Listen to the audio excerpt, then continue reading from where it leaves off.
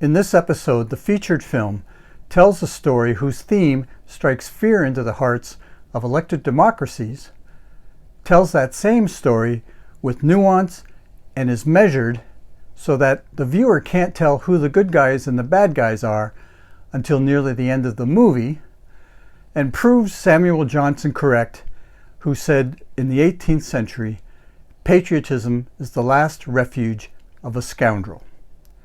These stories and more from the 22nd row.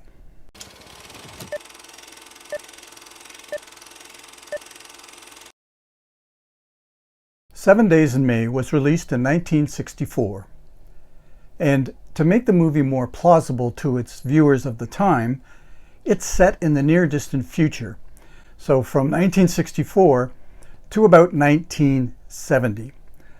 The location is the corridors of power in the United States of America, primarily Washington, D.C., the White House, and the Pentagon.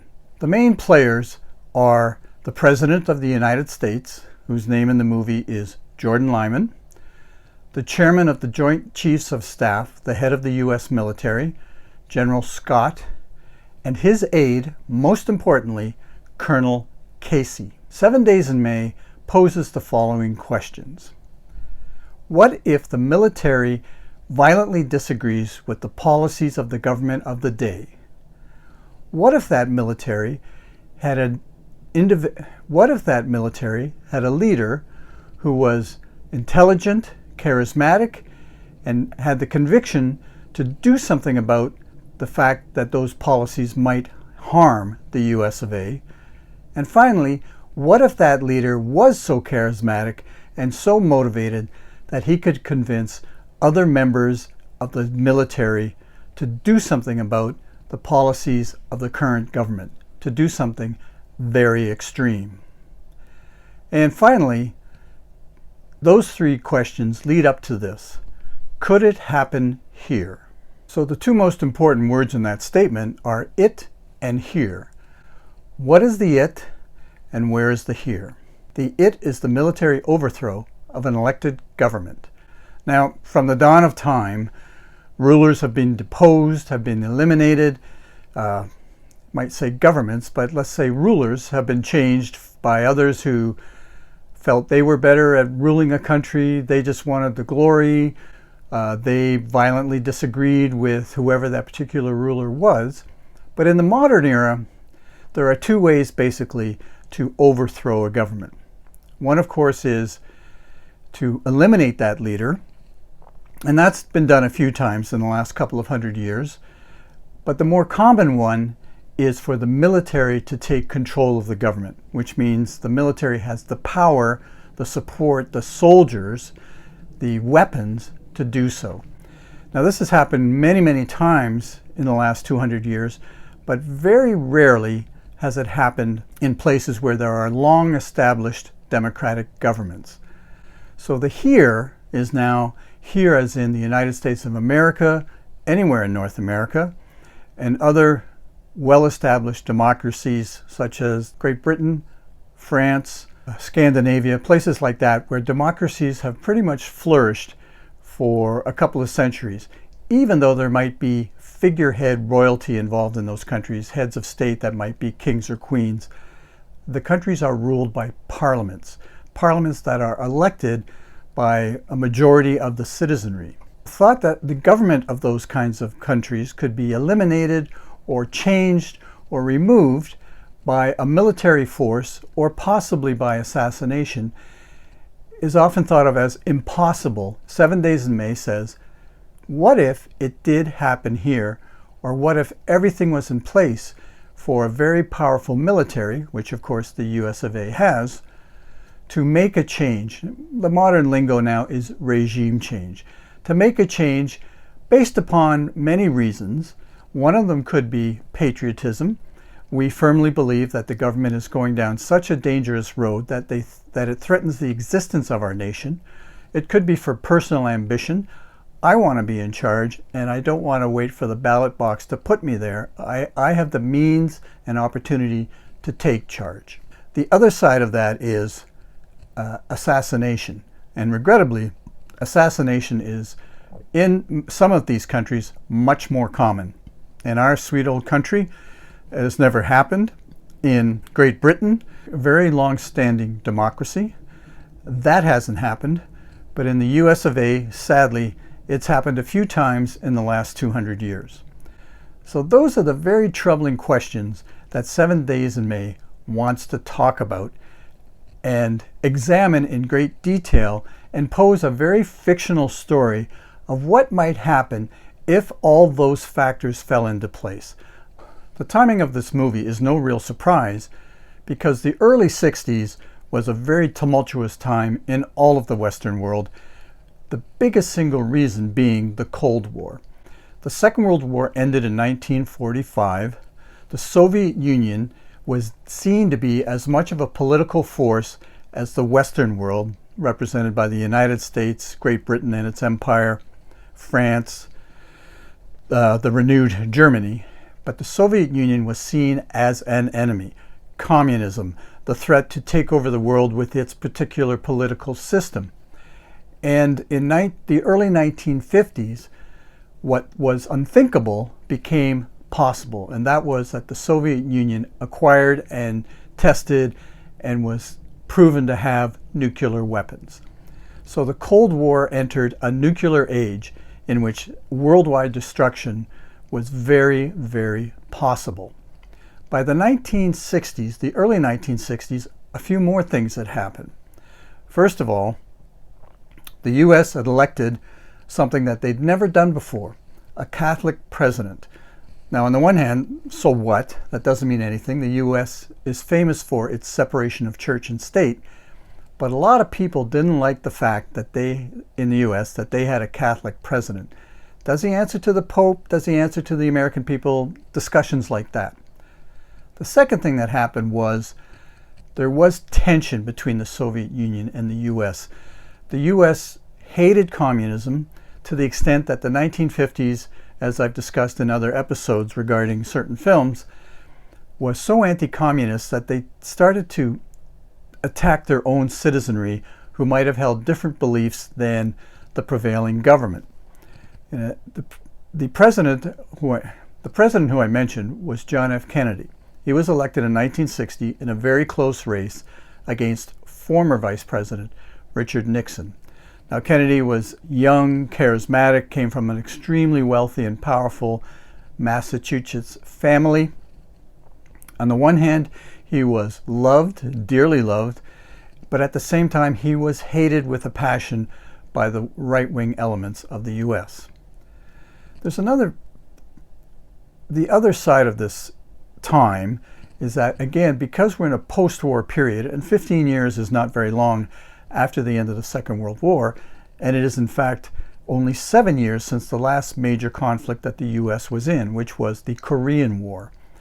So unlike the end of the First World War in 1918, when the US military was reeled back and was a shadow of its former self, and it took many, many years for it to get back up to strength, so that by 1942 it entered the Second World War.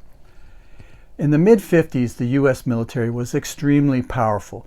Because of this threat of the Soviet Union, because of the Cold War, it got bigger and bigger and bigger, to the point where a general from the Second World War, Dwight Eisenhower, who was elected president in 1952, I believe, and served for 8 years, on leaving office, he made this remarkable film, a little speech that he spoke to the camera, and he talked about the United States military-industrial complex, which meant the whole world of the military and how powerful it had become, and therefore, because it was so powerful, how dangerous it could be. Now, it doesn't mean they were going to overthrow the government, but it was way more powerful than Eisenhower, again, a former general, thought was a good thing. So this was 1960 as the reins of power were transferred from Eisenhower to Kennedy. Now, the Cold War wasn't cooling off, it was getting worse and worse. And in 1961, there was a situation that threatened the existence of the entire globe. Now, that sounds crazy. To modern viewers, they might think, oh, yeah, right. But in fact, it was true. And what happened was the U.S. had discovered that the Soviet Union had put missiles on the island of Cuba. Cuba is 90 miles from Miami. So in other words, right next to the United States. And the thought of having missiles that could be launched from Cuba and land anywhere in the U.S. was absolutely unacceptable to the U.S. government. So the pundits said that Kennedy was weak, that the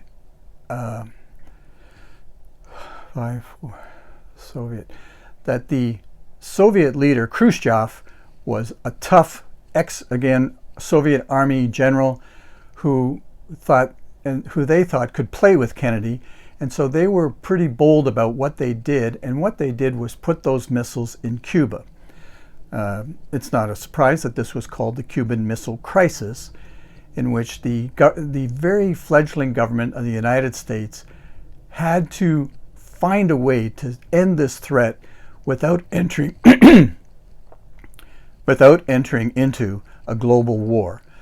I was 6 years old at the time of this thing, and I don't remember really anything about the Cuban Missile Crisis, but it was scary. My parents and the people who lived in that time really thought that they were facing down global nuclear war. Now, it just so happened that Kennedy and his cabinet and the people around him managed to defuse the situation. Perhaps Khrushchev realized that they had come to the edge and that to take one step further would mean total annihilation on both sides. But what happened was that the missiles were taken out of Cuba with the promise that the U.S. would never invade Cuba. Cuba was at that time, very recently, in 1959, 1960, became a communist country whose leader was Fidel Castro, and who, of course, was sympathetic and supported by the Soviet Union. The promise was, we'll get rid of the missiles as long as you agree never to invade Cuba, which the administration of John F. Kennedy agreed not to do. So that was averted. But that raised the consciousness of the American public and everybody in the Western world about how powerful the military could be, because they were they were the people who could prevent such a war or start such a war. And in 1961-62, that military-industrial complex was powerful. And they were not particularly big fans of John F. Kennedy. In fact, they had attempted to invade Cuba around the same period, and it failed miserably for lots of reasons, which we don't need to go into here. But they blamed Kennedy for the failure of that proxy invasion, shall we say. It was done by American soldiers, but done by a lot of ex-Cuban soldiers. So it was a very tumultuous time. And as much as Kennedy was loved, he was also hated. So the consciousness of the U.S. citizenry, as I said, was elevated. They were aware of powerful forces in the government who were not elected, the Joint Chiefs, representing the Air Force, the Army, and the Navy. And Kennedy knew about the novel that 7 Days in May is based upon. And he met with one of the actors, or a couple of the actors in this movie, and said, hey, I read this novel, it's really good. Are you guys planning to make a movie of it? And in fact, they said, yes, we are. So Kennedy was very much in favor of this, because the movie depicts a very powerful military who is so opposed to government policy that they're going to do something extremely nasty about that policy. And so Kennedy really wanted that to be depicted. He allowed the producers of the film and the people involved to go into the White House in the Oval Office, which wasn't really normal at the time, to do whatever they had to do to go back to the studios and replicate those areas. So it was a very dangerous time. The Cold War, the one good thing about the Cuban crisis was that the US and the Soviet Union agreed to install what's known as a hotline, which allowed the president and the premier of the Soviet Union to talk to each other in moments of extreme crisis. Now, crisis is a crisis is a crisis, but in the moment of a crisis. So that was one of the good things that came out of this. But the world was still, the tension had not really relaxed. So the timing of the movie was just perfect. And as I said, it does ask these questions about militaries that become so powerful in well-established democracies that they could do the unthinkable. The prejudice, unfair prejudice in some cases, but the facts were that in many fledgling democracies around the globe, military elements might take over the government if, for example, they felt that the governments were turning too left-wing. And in those days, there was a thought that any government that was leaning left-wing was a puppet of the Soviet Union. The politics were quite complicated, in many cases unfairly so, and the results were democracies starting up and then crashing, and then military dictatorships taking over for decades. So there was genuine concern about the safety, about the institutions of the more stable democracies. Could they be threatened? And that's what the 7 Days in May talks about. The fact that these institutions could be just as easily threatened as the less stable democracies of the world. Now, the other thing that happened at this time was regime change of a sort in the United States. As I said, Kennedy, President John F. Kennedy, was a big supporter of this movie. He thought it had very important themes to share with the American public. And in 1963, right around the time the movie was finished and was about to be released, on November 22nd, 1963, President Kennedy was assassinated in Dallas, Texas. Now, the way the American government is set up, that if the president is no longer the president through illness or other reasons why he's no longer there, the succession is obvious. It's the vice president. There are checks and balances to make sure that the reigning government does not lose control. But the policies and the programs of the reigning government are usually a product of the president and his inner cabinet, whom he chooses to run the country, so that the next person, the vice president, however supportive he is of the president, might have a different agenda. And so it isn't regime change, but it certainly changed the course, one could argue, and history argues that, of the U.S. government. So what happened was that the movie, which was scheduled to be released at Christmas of 1963, was delayed well into 1964. So you could say, you have to be careful saying, well, today it's not like it ever was and it's worse and divided. And the student of history will tell you yes and no, that in almost every period of history, in modern history, in the last 200 years, there have been tensions, there have been problems.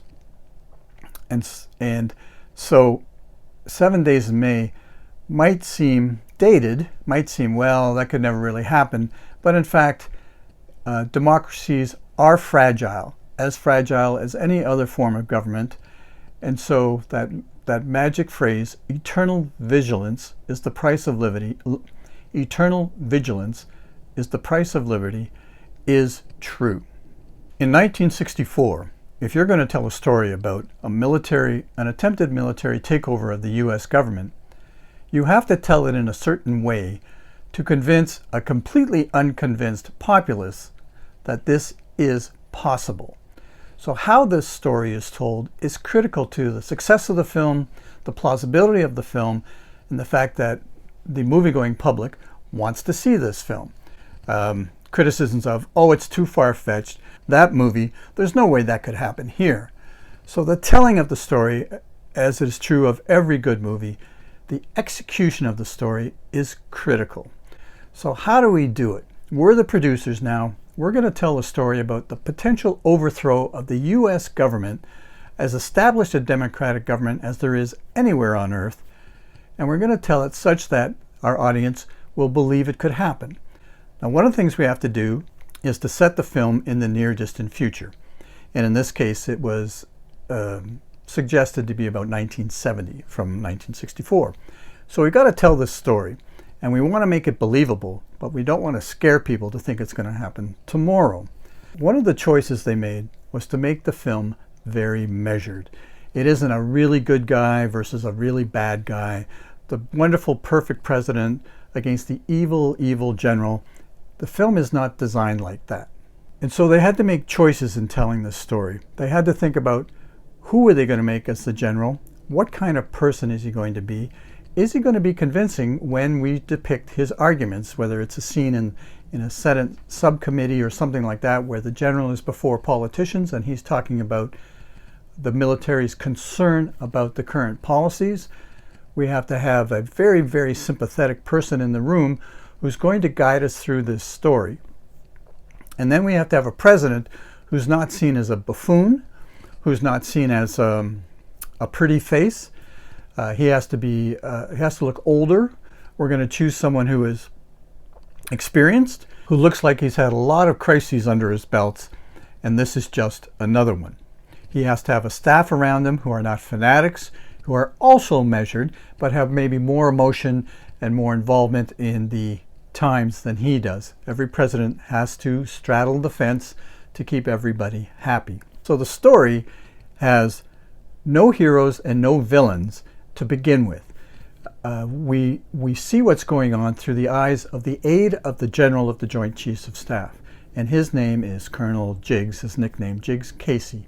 So we have to find that this character is very sympathetic, in fact supports the general, but little by little, this colonel, who is an aide to the general, starts to see things that don't make sense or are confusing. But the story has to stay online. The viewer has to think, well, those are good points. And when I saw this movie, I was amazed at how well spoken and how reasoned the arguments were by the military against the policies of the current government. This wasn't an ambitious general who wanted to become a dictator of the type of, let's say, Gaddafi in Libya, Assad in Syria, just wanting to be the big guy, and their patriotism was non-existent. This general seems to be a patriot, definitely had many, many medals on his chest, and absolutely thought he was doing the right thing for the country, and articulates his position early on in the film. And on the other side, we have to see a president who is also not a fanatic, who recognizes that he isn't very popular, that the policy he's trying to put forward is contentious, is controversial. It's going to upset a whole lot of people, a whole lot of the citizens, because again, even though it's in the near distant future, they've gone through the Cuban Missile Crisis, an assassination, and an invasion of Cuba that failed. And so the world is just divided like it's never been divided into the Soviet bloc and the Western bloc. So both those arguments are handled very, very well. And right through the first half hour of the film, it's very easy to see that, hey, the military guys have a lot to say here that makes a whole lot of sense. And then you see the other side of the coin. You see the confidants of the president around him. You say, wait a minute, these guys are making a whole lot of sense too. But the general and the president don't meet for the longest time. So there's no debate between the two. In an early scene, there is a debate between the general of the Joint Chiefs and a senator who is a supporter of the president. And it is extremely well done. And in that scene, I remember when I watched it, I thought, you could easily see that the general is right. However, the argument is so difficult to find a right and wrong. It's almost like both sides are right. And in the times, with the threat of nuclear war, everybody wanted peace. But achieving that peace and eliminating the threats, it's not so easy. It is never easy, of course. But 7 Days in May does a terrific job of putting everything on the table. Here's the president's side of this policy, and here's the military side of this policy. And it's up to the viewer to accept it, to move through, and then also to be introduced to a problem. Well, okay, there's a dispute about policy, but something else is going on here, and our most sympathetic character, Colonel Jiggs Casey, is starting to see that something just isn't right. There's just some crazy things happening, not nasty, but just inexplicable. And it's through his eyes that we see that things are changing and that there's a deadline to these changes. In fact, there are 7 days in May that are the most critical period in U.S. history in this fictionalized version in the movie. So in order for the powers that be to pull off this story, to make it very plausible, to engage the viewer, it's a political thriller. It's not a documentary. It's not a historical drama that's stiff and lacking emotion and genuine characters. It's real. It seems real. And so once again, the key element to this movie is the script.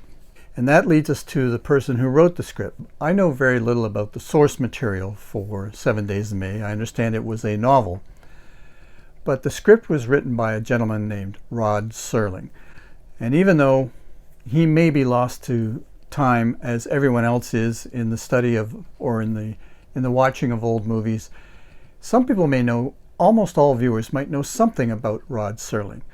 And that something is summarized in 2 words: Twilight Zone. Even in today's vernacular, you hear people say, wow, I felt like I entered the Twilight Zone when I went into that bar or was in that town. That refers to a television show that was extremely popular in the late 50s and early 60s. It was sort of science fiction. It was definitely bizarre, but most of it was incredibly well written stories. It had messages in it, but it was of a supernatural nature, let's say, at times. And the creator and author of most of those shows was Rod Serling. So I was shocked when I saw that credit written by Rod Serling when I watched 7 Days in May the first time. I thought, wait a minute, this is the Twilight Zone guy. He does these way, way out there stories, wild stories, very entertaining, very fun, but nothing to do with a political thriller. But as it turned out, as I learned a little more, that Rod Serling was a very gifted screenwriter and playwright. He had done plays on Broadway. He had written many plays for television, live television, in the 50s. So he was quite an accomplished writer. And for whatever reasons, and it doesn't really matter, but for whatever reasons, he grabbed hold of this project, and this script just sizzles. It's tight. As I said, it is very measured. It doesn't hit the audience over the head with a hammer. It talks about subjects that are real and relevant to the audience of the day. The problems with the Soviet Union, the problems with living in a nuclear age, the problems with militaries who are so powerful they maybe have an unwarranted influence over the policies of the elected government. All of these issues are touched upon in 7 Days in May, and it is done with a very light touch, but the story is there. Now, I have to think that another influence in this film, and I say this cautiously, is the director whose name was John Frankenheimer. And the reason why I think Frankenheimer might have had as much influence in the tone of the film and how measured it is and how it isn't preachy is because he was a director who made many films that had messages, usually societal or political messages. And in fact, he is the director of another film in this era that was immensely popular and I think remains popular to this day, called The Manchurian Candidate, which is a movie about the Chinese finding and manipulating an individual to become a member of the US government and do all kinds of nasty things, hence the term candidate. So that was a very popular film around the same time. And so Frankenheimer, I think, because he was successful, had developed a way to tell a story of extreme possibilities without the story seeming extreme. So put those two gentlemen together, and they have come up with this terrific story. And as I say, it succeeds for me only because it isn't preachy and it doesn't hit us over the head with the government is right and the military is wrong. And these issues are really simple. It's either you got to do this or you're not a patriot, or you do this or you're a fascist, or any of those things that aren't in the movie for the most part. It is a thriller. It is a what's going to happen movie, but it is also something that could be taken off the newscast. And I have to say that once again, the storytelling, the script, and the tone of the film combined make for a terrific movie. We're going to make it very measured. We're going to show that the military has a point to be made. The government has a point to be made. What I think is once again so critical are the actors and actresses we put into these roles to make it convincing. We have to have not a scary general. We have to have someone who commands respect. We've got to have a president who is world-weary, but also smart, also measured, and realizes that they're in trouble. And the key character in 7 Days in May is the aide to General Scott, the head of the Joint Chiefs of Staff. And as I said, the character's name is Colonel Jiggs Casey. We as producers have to say, we've got to get the right people for these roles or this film might not work, which I suppose is true of anyone making a movie. If they don't get the right people, no movie will work or will not work as well as they hope it will. Once again, we see our old friend Kirk Douglas. And this is the third movie that I have talked about in which Kirk Douglas was the star. In this case, he is a co-star. Douglas plays this aide who is a Marine, who is absolutely loyal, who is a patriot, but who also knows the role of a military person, which is they serve the president and they serve the Constitution of the United States. And there's a brilliant little sequence about 20 minutes into the film where they talk about those two things. And we like Casey a lot. First of all, it's Kirk Douglas, and audiences of the time loved Kirk Douglas. He had been very successful by this time. Of course, he had made many wonderful pictures. And so he was recognizable and was a star.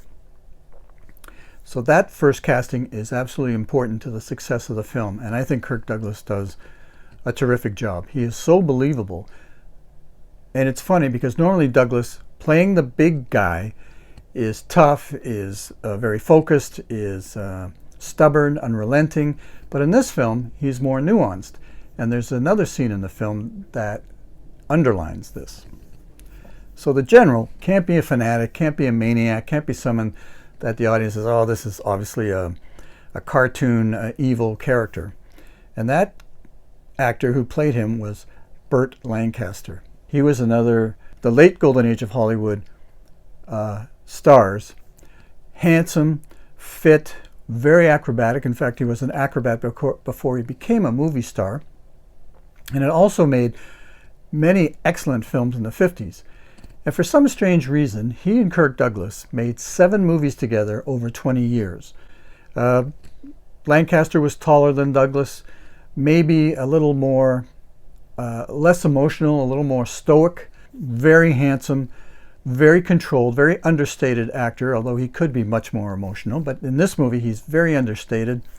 He's got the shoulders of a general, so that the audience could say, yeah, he's got some really important things to say. Yeah, he's a good guy, and he's a patriot, and he's a decorated soldier from the 2 wars that had happened in the last 20 years for the U.S., and so was very, very believable. I can say with a great deal of confidence that a political thriller made in 1964 is as relevant today as it was then. It tells the story of the pushes and pulls of the military and the elected government, the story of the tensions between powerful militaries who must serve the state and the elected government who also serves the state, I believe, are timeless.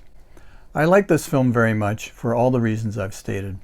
The excellent story, the fact that it is executed in a very low-key way, even though it is a thriller, and even though the possibilities in the film are kind of terrifying if you're a believer in elected democracies, everything works in this film.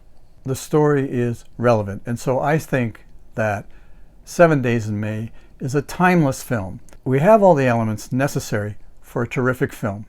It's not a documentary. It's not a patronizing or preachy history. It is an edge-of-your-seat political thriller whose pacing is excellent right up to the climatic scenes when we really don't know what is going to happen. In this futuristic story, will the government fail? Will the military take over the United States? Who is going to win? And who ultimately are the good guys and the bad guys in this story? And will the most powerful of elected governments prevail? Let's find out from the 22nd row.